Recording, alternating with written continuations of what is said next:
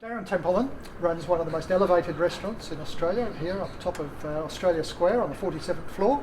And before that, Darren was the chef and owner of Restaurant Atelier for over 10 years, before joining O Bar and Dining and Michael Moore up here. Yes. Darren, welcome to Gomeo. Thank you for joining us. Thank you. What's your philosophy on food and cooking? So my philosophy and what we have here at O Bar is very strongly a healthy choice. So we like to offer also a big night out, but along with, it's not going to kill you or your pocket. So we're dedicated to a lot of farmers, a strong farmer network within Sydney and the surrounds, and so basically it's the healthy option as well. So we use a lot of grains, a lot of fresh vegetables, and we go away from refined sugars as well. So it's very much the healthy choice. Okay. Obviously, I've noticed this healthy food focus. You even have a vegan menu. Absolutely. How important? How do you see that moving ahead? It's going from strength to strength. Yep. Yeah. People are more concerned about the amount of proteins that they have now. So plant-based protein is at the fore.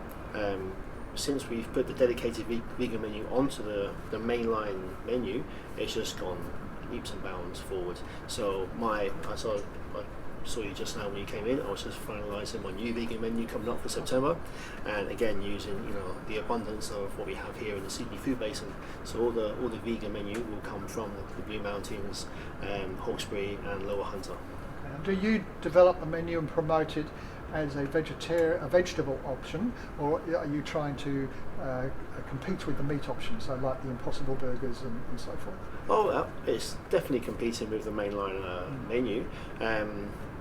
We find also people come in because they can swap throughout the menus as well. So they're going to have plant-based as an entree, and animal protein as a main course, or vice versa. So we're finding that people are a lot more interested in seeing what's out there as well, as opposed to just having animal proteins. So it's not just vegans and vegetarians; No, it's that flexitarian style. Oh, absolutely, it creates it's a bit lighter as well.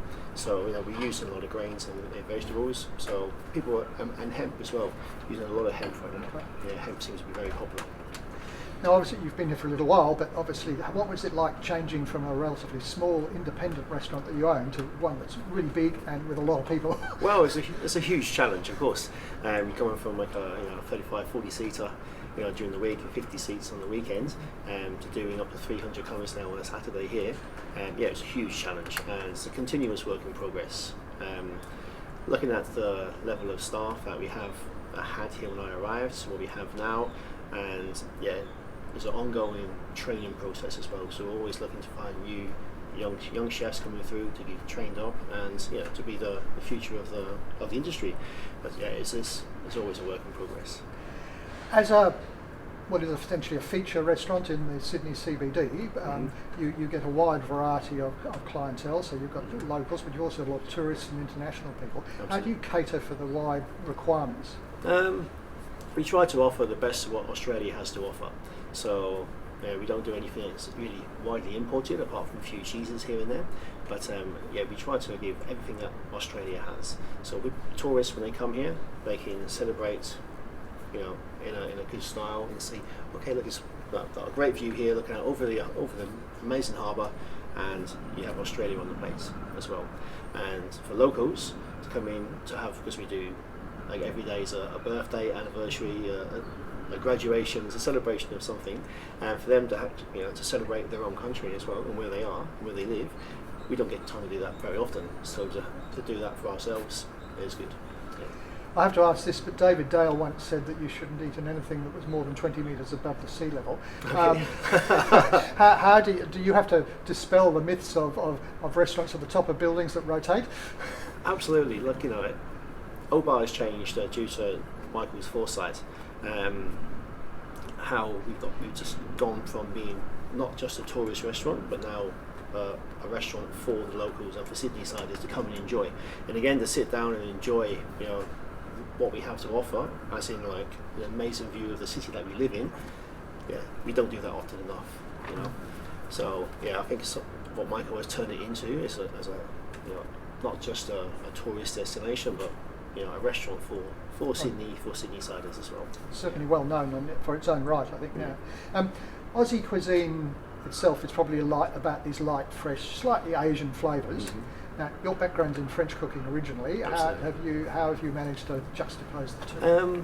Well, look, when I was working in London with a chef called Bruno Lube, who's now currently based in Queensland, in the Gold Coast hinterland with his cookery school, his food was always heavily leaning towards the lighter style and a lot towards the plant-based as well. So looking back, I've taken a lot of the inspiration from him as well over the years, even though that was nearly 20 years ago now. That's how forward thinking he was at the time and how it's coming to fruition now. But so moving from my traditional, really like strict French, culinary upbringing to where we are now, it just all takes time. Yeah, you have to evolve, you have to see where you are, you have to look at the food and the produce that you have around you and try to deliver the best that you can. Okay. Do you think there's still a place for French haute cuisine? Always will be. Always will be. You have to learn the building blocks. You have to learn the rules before you can break the rules. Right. So there's always going to be to make a good sauce, to make a good jus, to make it even like the hollandaises, the mother sauces. They're all there. They're all still part of cuisine today, but just in different forms and fashions. Now, one of the things you do that's very special is that you have your mentoring program for young upcoming chefs and other people working in hospitality. How do you get the younger generation to listen to you and really concentrate? So what we start with here is we take them straight from school. So we don't go we do use HTN and other intermediaries, but it's to take them straight from school and then start them on a 5-day a week, which includes 1 day at TAFE as well. So 4 days in the kitchen, but Monday to Friday. So when they come into the environment, they're not scared straight away. They're still having their weekends off. They can still have contact with their school friends. So you're not tearing them out of society straight away. So they have some time to adjust to our situation basically, and by offering because we have a larger kitchen, we can fit these individuals into there as well. So they slowly learn and slowly see what's going on. It's not a shock to the system. They have time to adapt and the time to see the whole range of what's happening. And quite often, within 6 months, they want to stay later. They want to see what's happening on weekends. They want to change that pattern, and slowly you've got them addicted, and they're interested. But if you scare them from the start, then it's never going to happen. I mean, it's different to when I started 30 years ago now, where you had to hit the ground running, and if you didn't, you were gone, and there's someone ready to replace you. Now, there's no one there to replace them. So if you have them and you're interested, you have to nurture, and you have to take the time and take the effort to bring them into speed.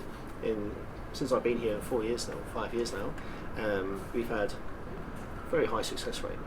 I'd say 90% more. It's very different from the kitchens of Marco Pierre White and previous Gordon, groups. yeah, for sure, absolutely. I mean, that was different era now. I don't want to go back to those days personally, ever. And and B, it's a different climate in people now as well, which is a good thing. Also, we have over 50% female in the kitchen as well, which back in the 90s was unheard of. Yeah. So, and I find that's one of the best things to have, is to have that equality in the kitchen, and people are all respectful for each other. There's no bullying, there's no shouting, there's no screaming. It's just communication and respect. That's really good, really good. Thank you, good. Darren. I really appreciate your comments. No worries. And for everyone who's watching, make sure you get up here onto the 47th floor and enjoy this wonderful view as well as your wonderful cooking. Thank you. Please do. Thank you very much. Thank you. Cheers, Jeremy.